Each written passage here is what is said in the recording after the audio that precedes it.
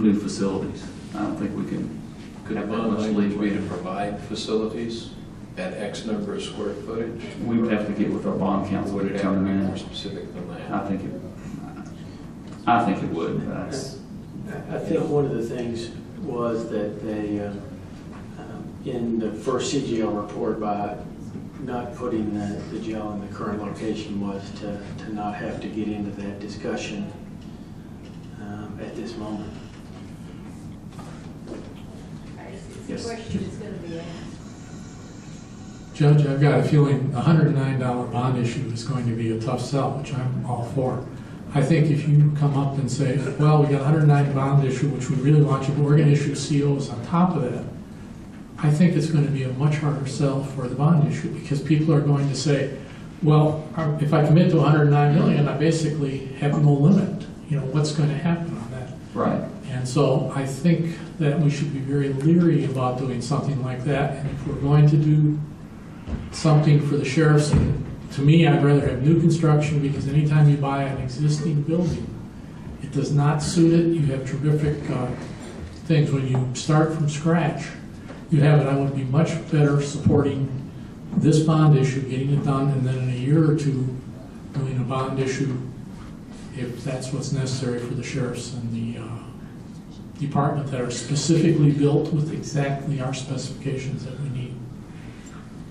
I think that's going to be, I mean, I understand what you're saying, Ashton. I think that's going to be a difficult thing to do, because that doesn't help us, I mean, that doesn't help us in the interim with where to move those departments to. You know, if this task force is supporting a bond referendum in the amount of $125 million, and you tell me you support that, then I'll make the motion. But I thought we were. Yeah, if you don't mind, I'd like to sort of weigh in on this. We have a master plan and a study that calls for a phased-in approach. We've identified a string of needs throughout the integrated criminal justice system. We agreed that the jail and the start of the criminal justice complex was the most crucial aspect of that study. So that's my point of reference. Kay's point is well taken, and I think we've recognized that issue, and it's a matter of time and politics and going about the process, a very deliberate process to make the decisions the best we can, and study those issues in terms of options. There may be options where, and I'm not taking anything off the table, there may be options available out there in terms of alternatives that you have to issue COs to take advantage of those opportunities, okay? Just because of the nature of the opportunities that they present themselves. So I want to give the task force the benefit of that. I'm not advocating, I'm just saying I wouldn't limit the court's discretion at this point, because there may be options that come across their table that is appropriate for a CO. So my position would be, we've studied this jail to death, as many have said, and I feel very comfortable with what the court has done. It's a very tough sell with what we've embarked upon, but I think we've all agreed it's necessary.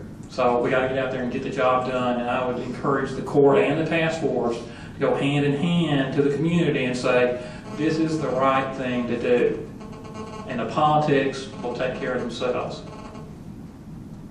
Thanks. With that, I want to make a motion that we accept and approve the site selection and/or conceptual design and conceptual design and cost estimate provided for the jail and justice facilities presented by HDR, with the additional items that we mentioned, to shell out the 5th floor of the tower at a cost of $6.375 million, to shell out the low risk at a cost of $1.8 million, and to add the demolition and land acquisition cost $2.7 million. Total cost $109,902,000 that we submit that we approve the submission of that material to the bond council to prepare proposed ballot language for the court's future consideration, presumably for the November bond election. Discussion. I'll open it up to everyone, members of the task force. Discussion. Okay, all in favor say aye. Aye. Opposed? Motion carries. And thank you for your time here today. I think that takes care of everything we have on the agenda for this afternoon. And I certainly appreciate all the efforts so far, and I hope you'll stick with us. Judge, can I ask you a question? Yes, ma'am. Now that you've made a motion and you've passed this motion roughly for $110 million, if I'm going to get with the financial advisor on the impact, can you give me some idea what you're looking at as a payback period? Obviously you don't want to exceed the life of the facility. So, are you looking at 20 years or 25 years? What did you consider during the last? I believe we looked at 20. That's what I'd like to target. 20. Is that all you need? Okay. Anything else? Move we adjourn. Is there a second? Discussion. All in favor say aye. Thank you to the task force officer. Yes. Thank you very much.